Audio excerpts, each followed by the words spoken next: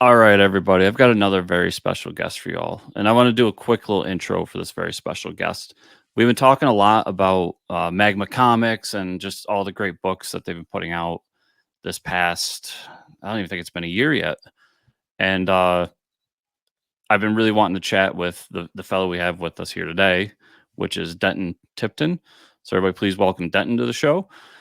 And we're just going to talk a little bit today about Magma Comics, where this all came from, and get more in depth into the kind of the background of all that, and then go on from there because it's been a company that me and Mike, who was not here for this interview today, have been talking a lot about. So, Den, thanks for stopping by and welcome to the show, man.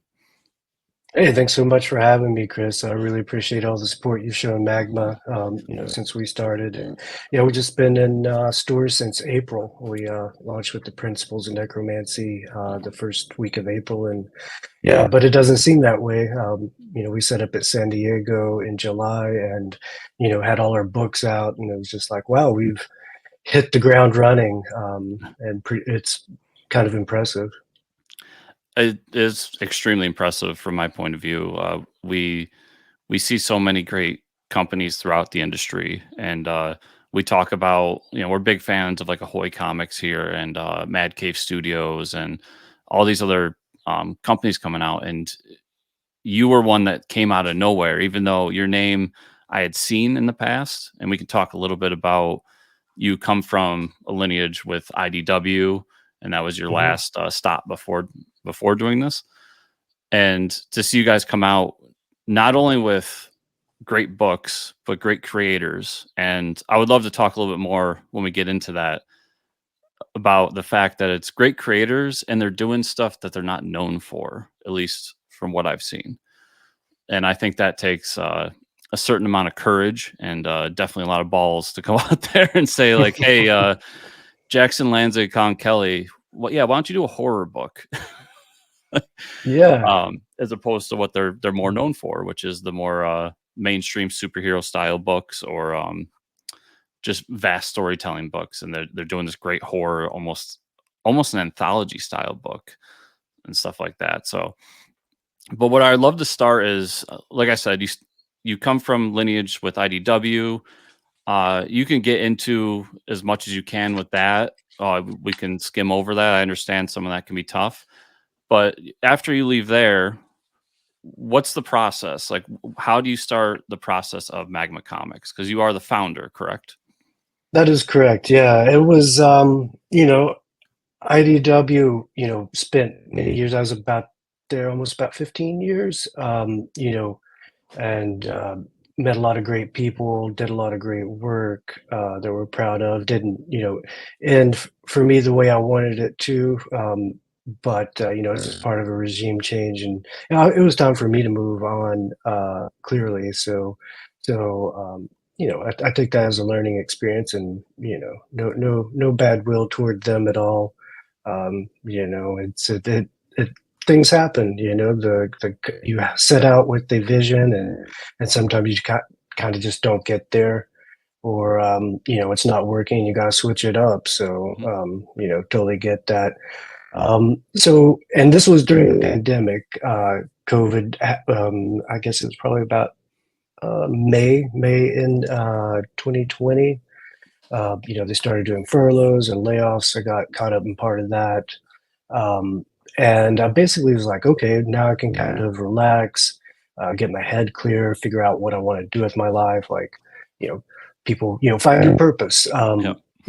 And so I, did some soul searching, looked into, what kind of my purpose is. And there's different methodologies to get there. It's like, how do you find your purpose? Such a broad and general, and how do you kind of do that? And Mhm. one I found was basically like, what are you an expert at that you could teach other people doing? And usually it takes you 10 years, 10,000 hours or whatever to become an expert, and basically boil down to telling stories and making comics. And specifically, I come from a journalism background and always wanted to write, so storytelling and that all is in my blood, but also print. So I love print and comics. I've had a relationship since I was 3 or 4, and never really let them go. I've been a retailer. I've been on every facet of the comic industry I've been in, and realized that was like one of my true loves. So I wanted to get back into comics and make comics in however way I could. So I started putting together my own projects and pitching those, and picking up editing gigs. And I had one editing gig also needed a publisher, so I started helping shop that around. And I went to heavy metal. I was friends with Tim Seeley. I'd worked with him on some Forgotten Realms comics while I was at IDW. And so I, hit him up. He was at heavy metal. He was editor in chief at the time, and pitched those things, and he loved them. Um, said like both of them. So he kicked me up to the CEO to talk to them about what kind of parameters of a deal. And he's like, these are great projects. We're wanting to do more creator owned. How about we set you up an imprint here, and you can, publish what you like through us. Mhm. Um, so, so I said that sounds great. I workshopped the name. We come up with Magma Comics as a nice companion to heavy metal. And yeah, then just started reaching out to old creators that I'd worked with, and wanted to make comics with. And I like at AEW worked on a lot of you know licensed comics, which is fun and great, and did it for so long. But I also yearned to get away from all the corporateness and having to deal with all that as well, and just work with the creators on coming up with their own vision. You're talking about like Jack and Colin, not known for doing horror, but I'd worked with them on Star Trek, and through that I just know they're fantastic storytellers. And what we like to do at Magma is, a lot of the times I will pitch creators like, what project can't you get a home for, because we're kind of free of restraints. We don't have a deal with Disney, so it's like we don't have to you know um, water down anything that we do. And so we're looking for passion projects for those creators, something that they really want, a story they really want to tell, that they might not necessarily be able to tell anywhere else. And do something unique and different. And quality, of course, is number one, as far as the comics go. But in creating Magma and bringing in creators, like great people, or it's another thing we're looking for, probably above all else, because you're going to be working with these folks closely for a year on developing, creating, and you want to have a good relationship that whole time. And so that was one of the bigger criteria, like who do we want to work with. Mhm. And so work with good people and good projects, and hope good things happen. And I think so far it's worked out. It's when Principles of Necromancy was first announced, and that was the first book that we saw from your company. And I thought immediately, like, it's a hive mind book. Like, I know those two guys. I love their work.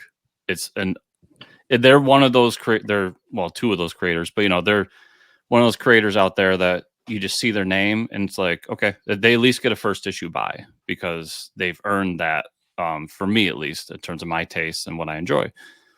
And then the second book was the book Silicon Bandits, which Mhm. little less because I wasn't too familiar with Jason Starr's work, Mhm. but I like the premise. And that's turned out to be like my favorite book of the year so far.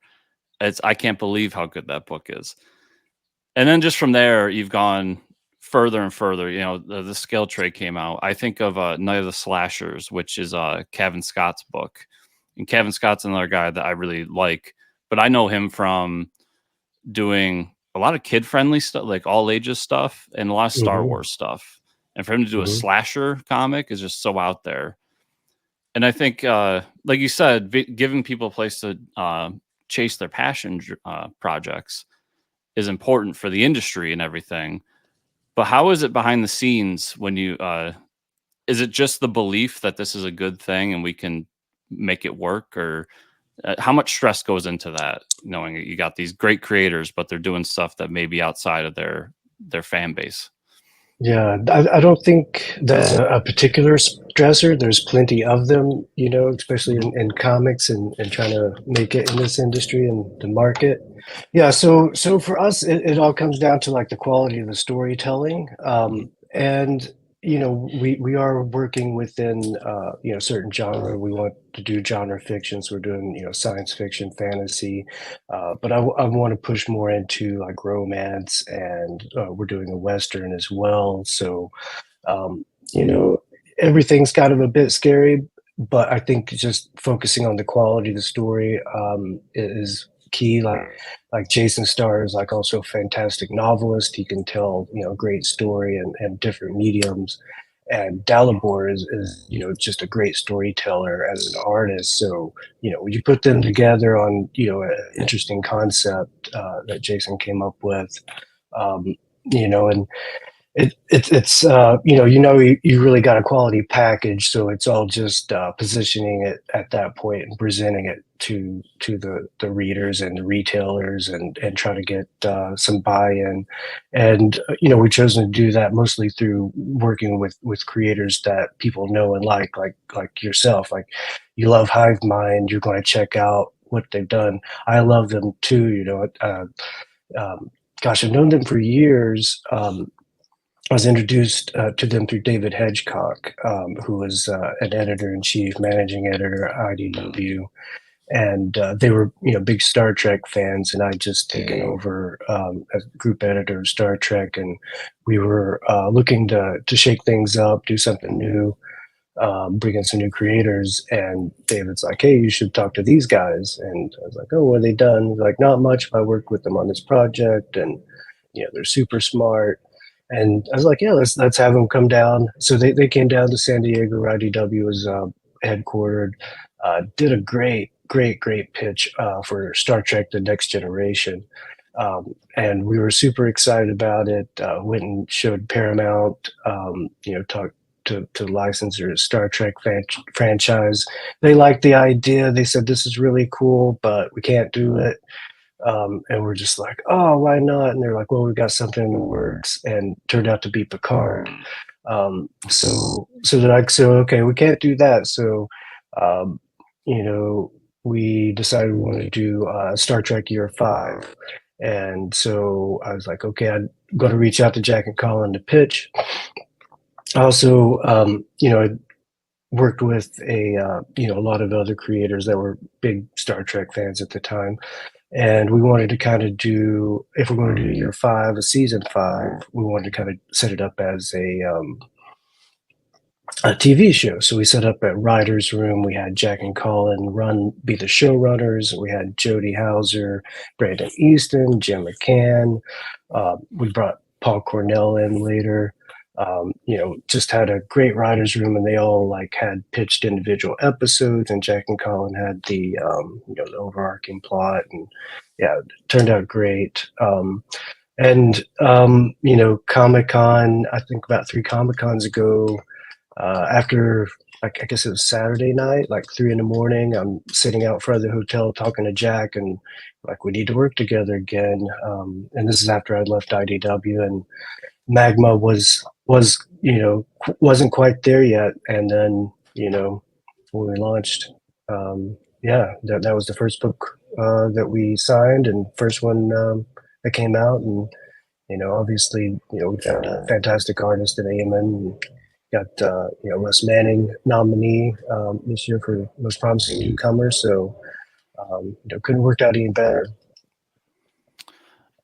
Yeah, and so bringing on all these great creators and having these books, is is the honest answer that it's mostly just relationships? It's the fact that you've had this career, and you've gotten along with these guys and gals, and when this was presented, they are all were just like, well, I like working with him. He seems like he has a good thing going on and a good crew. Yeah, let's give it a shot. Is that really just how simple the quote unquote, the processes of bringing these people in?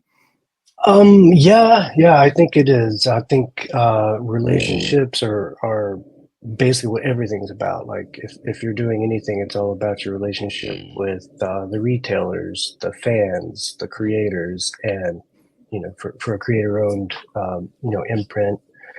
As we started, that was the focus was on creators and how we make a good deal for them and set things up that benefit them instead of someone else that isn't putting the work in. You brought up something else in there that I think is interesting for a newcomer. It is a relationship with retailers. How is it getting the books into the retailers and convincing them for them to take a chance on you? Yeah, it's super hard. Like you said, no one knew us coming out, knew who we were really. They just saw some comics and some creators they recognized. So yeah, it is, you got to work that relationship as well. We thought a lot about them as we put our publishing plan together.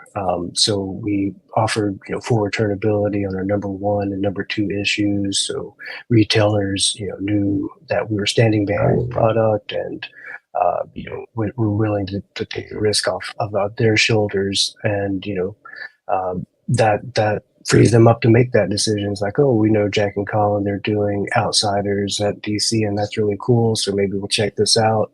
So I think that was a big part of our plan. And we have a director of sales and marketing by the name of Joel Elad, and he was, I believe, his direct market manager at IDW for a number of years. He worked at Top Cow for years as well. So, he has a really good relationship with a lot of retailers. So that was key. And we also, in February, before we launched in April, the Comics Pro was in Pittsburgh. And so Joel went out there and he gave a speech and got in front of retailers and told them, what we're all about and what we're trying to accomplish. And, we've got a lot of those retailers on board and responding. And so I think that's a big part of it. Yeah, definitely. I noticed this with, especially with the smaller publishers, it can be really tough. You go from, actually Mike, my co-host, he travels a lot for his day job. And he tells these stories sometimes on air, and we talk privately, obviously. And he tells me all the time, like, you'll go to some random store and he'll go in and just buy a few issues of something just to support a shop and go see it and everything. And he'll ask about smaller independent publishers. And I hear story after story from him about like, nah, that stuff doesn't sell. I don't bother. Or nobody cares about that stuff, which is always like funny to me. Like there's a guy standing in front of you who cares about that stuff. Why are you saying this? Do you get any of that from them, where maybe some of these retailers are just, they're not even willing to listen? Or have you noticed that you're able to kind of get past that and convince some of them, like, hey, just give it a shot and get in? Yeah. I spent years as a retailer myself. In college, I used a lot of my student loan money to help start a comic shop with a partner in Knoxville, Tennessee. And I'll be going there in October to do a signing, which is going to be a lot of fun. But I've seen it from a lot of angles. And DC and Marvel has dominated for years, but with Image and you've got the MCU, you can get your superhero fix elsewhere. So I think there's plenty of room, and the good retailers are paying attention. They keep telling us, like, behind superheroes, horror is the number two seller these days. So you're not going to get a whole lot of that out of Marvel and DC, except for now they're like, oh, horror is hot, so let's do, bring out those characters and do those types of things. So, we've got a lot of support. So in general, yeah, they're big too. But another good way of getting around that is, like you say, you come in yourself. I'm interested in this thing. Say, if you're a regular, put in your pre-order. That's where retailers are are listening. If someone comes in, puts in a pre-order, and they look at that when they're putting in their orders, then they're more likely to say, hey, people are interested in this, maybe I'll get some for the rack.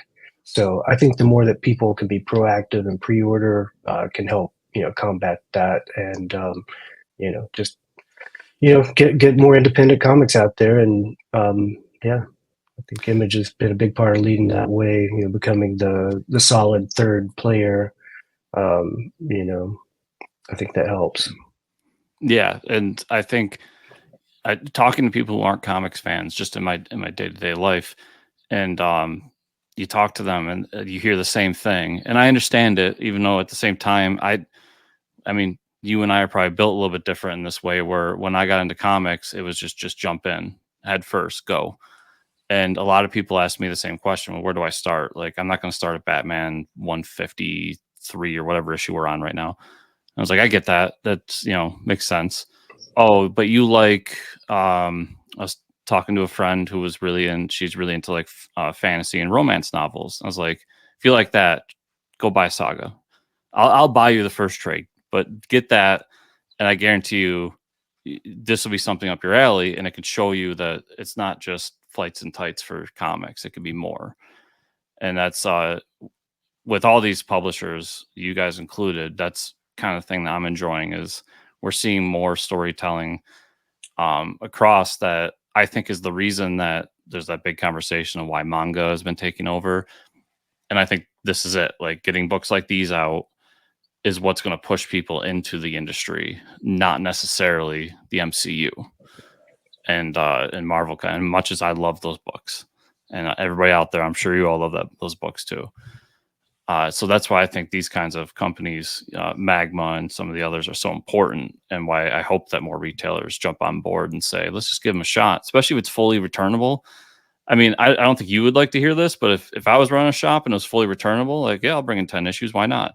If they don't sell, these guys are going to buy them back. So Yeah, and that's the point. We want our books on the rack, and if they're getting crowded out by Marvel and DC, it's hard to get through there. So returnability is like one tool that we could use to penetrate that and get on the racks, because some of the bigger publishers do that on purpose. They flood the market so it keeps out the other folk.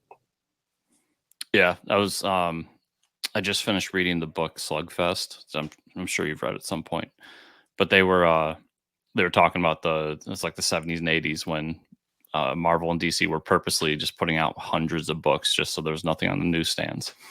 And I'm sure that still happens today. Yes, it does. So going through your lineup, you said you wanted to do a lot of genre stuff, and you got a lot of great creators. We've gone over that a few times now. Is there anything in your lineup right now that's not in your lineup right now that you would like to see? You mentioned romance at one point. I would love to hear more about romance comics, because that's so far out of my wheelhouse. But is there anything else? I mean, you guys got a pretty good slate right now, and I understand you're doing mini series, so it's going to be kind of a churn through a bunch of different series over time. But do you feel like you have any holes moving into the second phase? Yeah, and well, I'd like to say on the miniseries, like most of them are set up as 4-issue arcs. Some of them are finite, like Silicon Bandits is more of a one and done story. But the principles, like you were saying earlier, it's kind of anthology style. So that kind of harkens back to when we got into comics. The single issue was a single reading experience. You didn't have 4 or 5 issue arcs. So we were kind of harkening back to that. So basically every issue is a jumping in point. And if we continue, we like to continue like within issue 5 and then keep going with that one. Scale trade we could do more stories with. So it's basically the demand. If the sales are there and we're able to continue, most of these creators have ideas for days. Derek emails us like every week with a new idea for Greaser. It's such an expansive world, and we're just getting into it. So it's hard to contain, but that's the great thing about storytelling, though. You know, it keeps expanding and get excited about it, and you know, hopefully you make a connection with the reader and they get into it as well. Yeah, definitely. So, kind of to go back, do you feel Mhm. like right now your slate's Yeah, pretty good, you don't have any holes, or do you feel like no, there's we something you really wanna get out there? no, we've kept it really balanced. I think as far as genre goes, you know, Bandits is you know, sci-fi crime. Necro is kind of dark fantasy. Um, you know, fantasy horror. Scale Trade is, you know, kind of fantasy thriller. Mhm, So they're all kind of like blends. So I like that, but you know, all a little bit different. So um, and Romance Racer is actually a bit of a romance story as well. You know, kind of a mhm, star-crossed lovers. So we're trying to get some of those elements in there, but you know, we are looking at some pitches that are, you know, more straight up romance oriented. So you know, but we're figuring out the entire 25 slate right now. We've got, you know, a lot of projects in mind and some other things we'd like to do. You know, talking about balance, you know, we may, you know, look at doing some licensed stuff.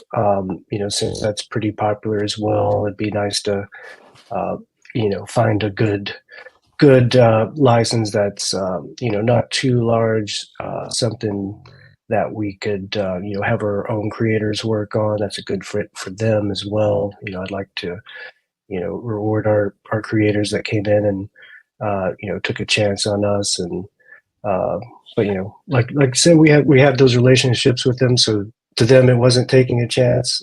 mhm. But you know, we've got a great crew.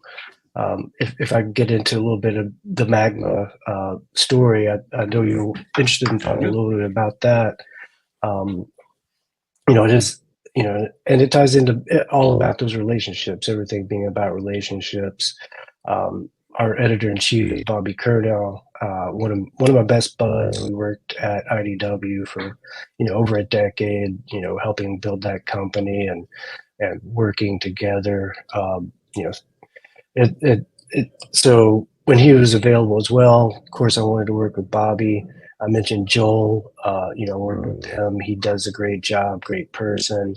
Our director of operations is Mike Ford, and he had that role at IDW as well. So you kind of see, you know, a little common thread. It's people that I've, you know, worked with, and IDW I worked at the longest as you know, in comics.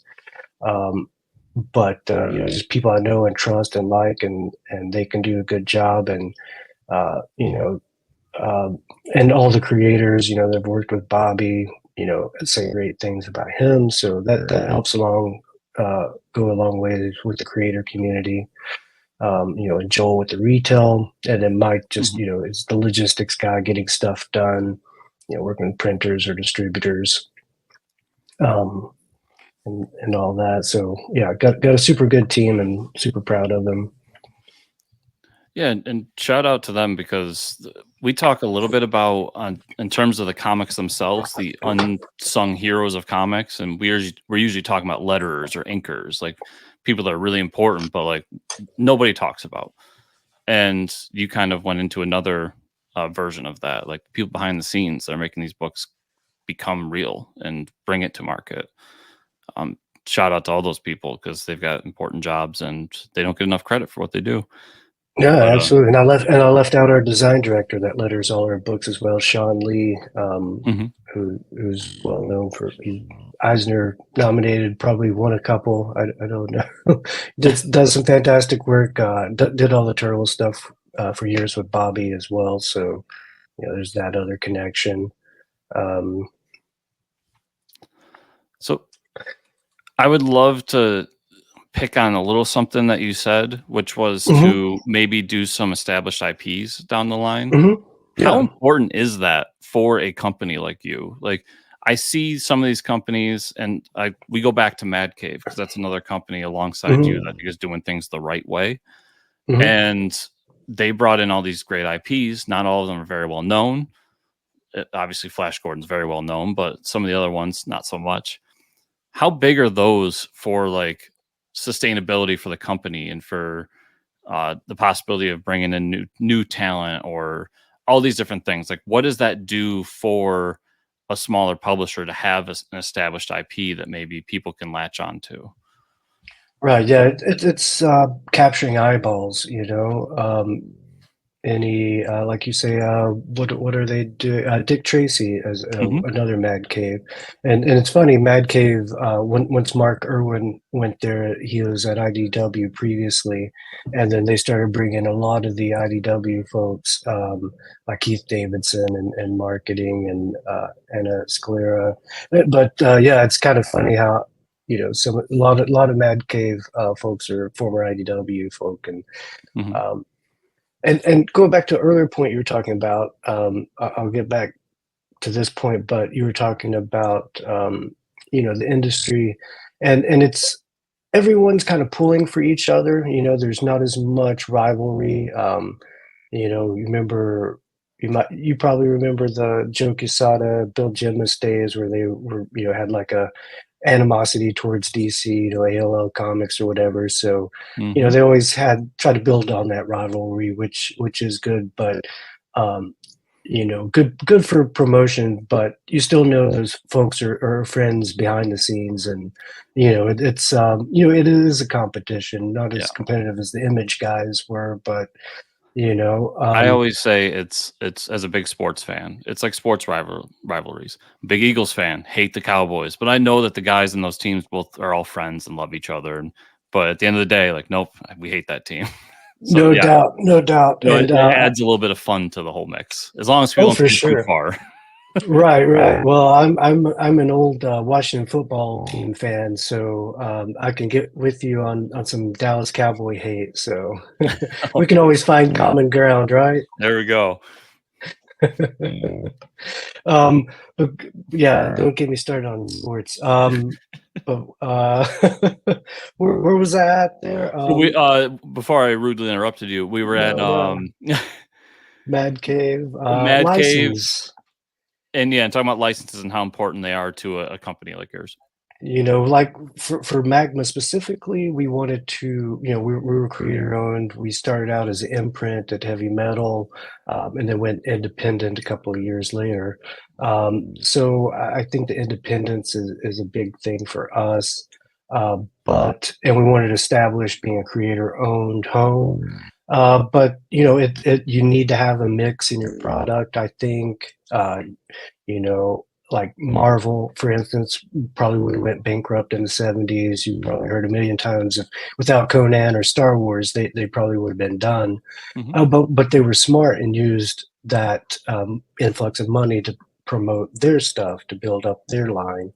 At IDW for many years, I worked on licensed comics. You mentioned Kevin Scott. I worked with him on Star Wars Adventures for years, and we did Vader's Castle. So I knew he had like the horror thing, really like that. So that came as surprises other many people, but for me, I was like, oh, this is very Cav thing. But the many years at IDW, we learned that you need to have a good mix and you don't want to go too far in one direction, which sometimes you do too many licensing stuff and then you're not generating your own thing.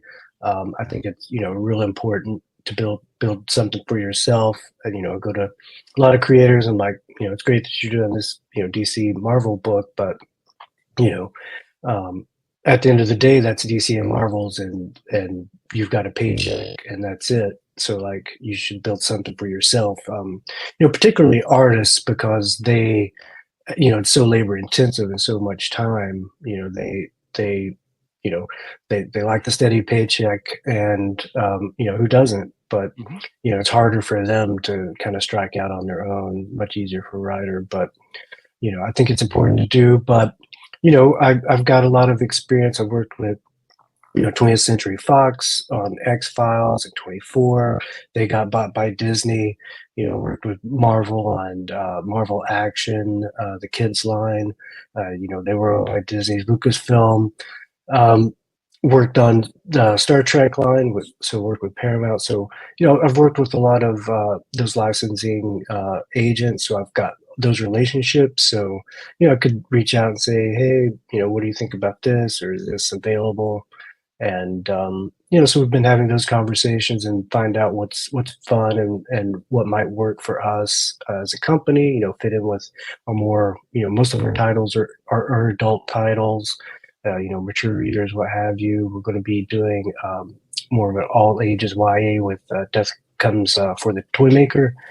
So we're going to start branching out a little bit in 2025, and license might be, away we go, and bring some more eyeballs to Magma, and bring some paying work to our creators as well.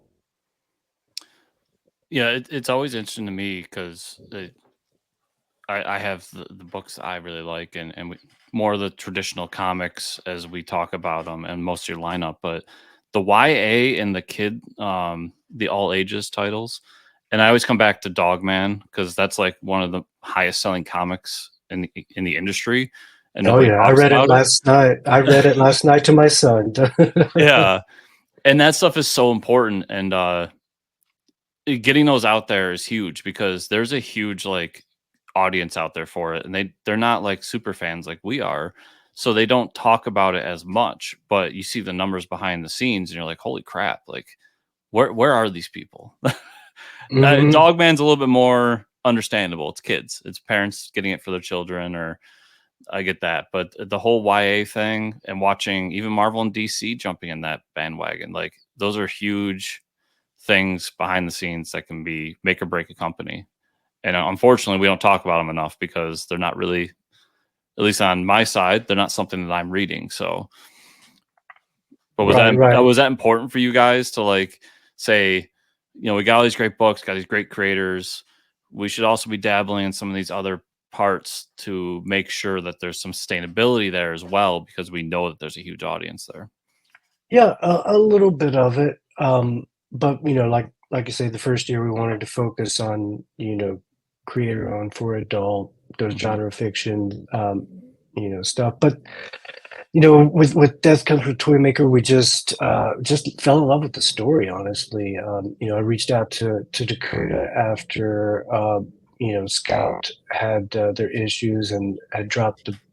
Well, they pulled the book, so Dakota was looking for a new home, and read the book and just loved it. And it's like, we don't really do YA stuff, like, because I wouldn't really call it YA. It's you know I guess that's kind of what it's like. 12 plus, I think, is kind of what we'd call it, which is, I guess, would be called YA, but I don't know. I'm wishy-washy about it. I hate labels, and it's just a Yeah. great story, but there's just some elements that aren't suitable for an 8-year-old. So 12 up makes more sense. But we try not to label things. But I just loved the story, and wanted to get it out there. And so it's like, we also had eye for expansion. Like, okay, once we get established, then we can kind of move away from the base and try new things. And this one, yeah, we were in love with it. So we're like, let's do it, and then we can use this to help us get a foothold in the book market, because sounds like you're more of a direct market guy. You're getting Hmm. the comics on every Wednesday. uh, so so it is a different thing, and it's a different production schedule. So having a complete book to be able to shop in the book market, to not shop, but for the buyers to see. So like Barnes and Noble can take a look at the entire book and say, oh, okay, this is quality, or this would appeal to these fans. So it's important having those things done early. And you can't do that on a monthly comic if you're going to have the trade come out 2-3 months later. So that was kind of helpful as well. It's like it helped us get into the book market quicker and figure out some of those things. Um, so a nice learning experience too. And we got to set up at ALA this year, which was in San Diego, which we probably wouldn't have done if we didn't have Toymaker. So we were able to have something to show them. We also had Jack and Colin come down and do a signing for Principles of Necromancy, because librarians buy horror books for adults as well. So um, we're definitely looking, get into more the library market. We're obviously just had our first trade go to press. Principal Necromancy will be out, here in September. Um, so we're just getting to the book market. So it was exciting to have a book that allowed us to get in there a little quicker and figure some things out and then allow us to get an LA and promote that and then other books as well. So this is great. That is great. Yeah, and another thing that we don't talk about enough, yeah, libraries. Hmm. So many people I know are getting their comics from libraries now because life is expensive out there. Hmm. But shout out to the libraries because they're stocking good books. I've gone to my local one and it's amazing, like that the people working there, or maybe people that work for you guys and some of these other companies are just promoting the right stuff, but they've got like really great quality books on the shelves that honestly shocked me because I figured when I heard comics were coming to the library, it would just be like a whole shelf of Spider-Man and Batman. Hmm. Maybe shame on me for that assumption, but it's not. It's a lot of really great stuff, and you can get some good stuff from your library for free. But just Yeah. also support them. Yeah, Yeah. absolutely. And we're talking with Hoopla, if you're familiar with them. That's Yep. a That's their digital. digital service, right? Yeah, so they do digital comics as well, and um, we're talking about not many people talk about YA or whatever. I guess more direct market folks don't talk about it a lot, and it's huge. And the comics, the comic book, the monthly comic, the continue to sell less, and the trades sell more. So that trend has been continuing since early 2000s. And when we were talking about manga earlier, I was thinking like, oh, I remember in early 2000s when manga was huge, and I Hmm. also remember like in the mid 80s when Akira came out and manga became huge. All propelled by anime. But it's just been a 20-year cycle, and this one seems to be the biggest so far. So taking cues from that industry, not necessarily you know the content wise, because tastes are different here.